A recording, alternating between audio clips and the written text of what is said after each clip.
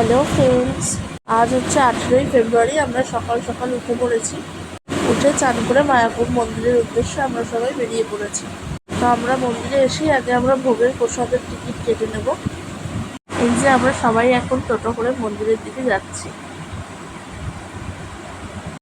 হয়েছে হয়েছে, আর চুল ঠিক করতে হবে না হয়েছে।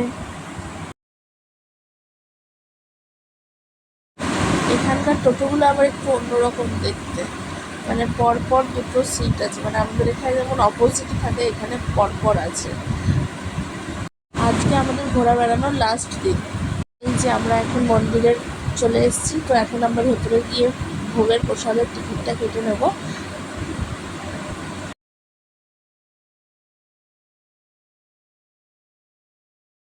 আমাদের এখন ভোগের টিকিট কাটা হয়ে গেছে। এবারে আমরা বাইরে গিয়ে একটুখানি ব্রেকফাস্ট করে নেবো।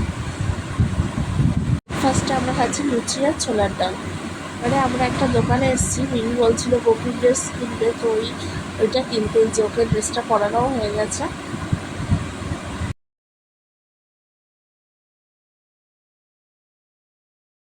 মন্দিরের বাইরে থেকে যতটা ছবি তুলে নিচ্ছি, কারণ আমরা এখন এখানে মোবাইলটা জমা রেখে তারপর আমরা ভেতরে প্রবেশ করতে পারবো।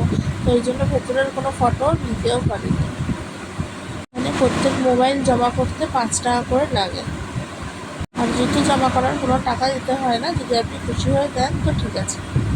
এই মন্দিরের ভেতরটাও খুব সুন্দর।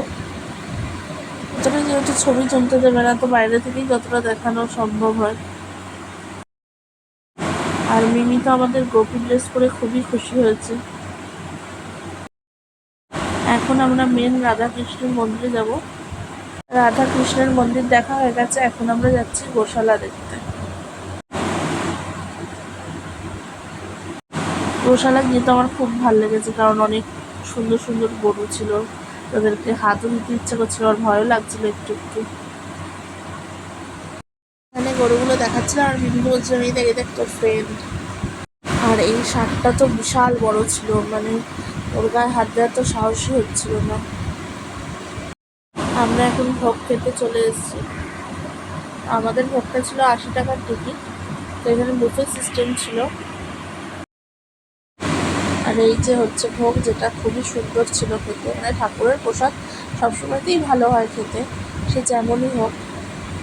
তো এখন আমরা সবাই মিলে এখানে এখন ভোগ খাবো। মিমির তো এতই ভালো লেগেছে ভোগটা, ও তো আবার গিয়ে নিয়ে এসছে।